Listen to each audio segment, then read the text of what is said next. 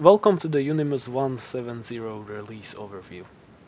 We have 4 new major features being released in this version, along with support for 6 new devices and a lot more small improvements and bug fixes. Let's start with the most significant new feature, the mass config push functionality. This feature can be used to push configuration commands to many devices at the same time. And with this feature, you will be able to automate a lot of your network operations using Unimus. In this example, I have 2 config push presets set up, one for deploying a new VLAN to our backbone switches, and another one to upgrade MikroTik router OS on all other MikroTiks in our network. Mass config push will automatically group the output from your devices into output groups, so inspecting the result of a push to a large number of devices is very easy. This feature can actually be used to provision VLANs across your entire network, or to add or remove admin users from the entire network with just a few clicks, or to upgrade the software or firmware of many devices easily. We actually have a separate video going into details on the mass config push feature, which you can check out on our YouTube channel. The next feature is the network scan. This allows Unimus to scan your network and automatically adopt the devices from your network as they are found.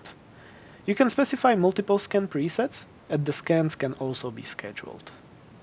Since Unimus can fully adopt and discover devices automatically if it has proper access credentials, this can completely automate the device addition process should you choose to use the network scan.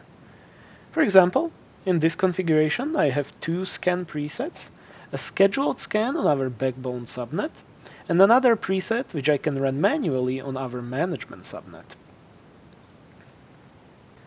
Next up are 2 features that were highly requested by the community. The first of those is Enable Passwords. You can now configure a list of enable passwords that Unimus will use to switch devices into enable and configure mode. Previously, only the login user's password would be tried to switch modes, which required the enable password to be the same as the login password. Now you can actually have a list of enable passwords that Unimus will use, so the previous limitation no longer applies. Unimus will first test the login user's password when switching modes, and if that doesn't succeed, the passwords from the enable list will be tried. This is done so you don't have to enter passwords duplicately if you do not use the same password for enable as for login.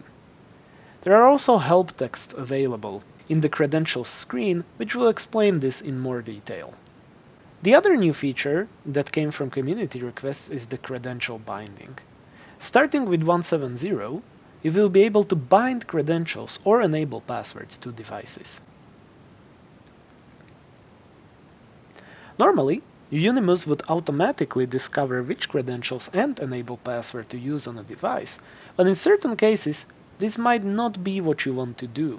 When creating a new device, or by editing existing devices, you can now bind only one login credential or enable password to be used on a device.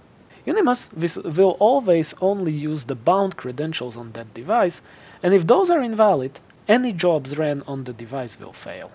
We hope that having the option of either using credential discovery or binding credentials directly will give you more flexibility in your Unimus deploys.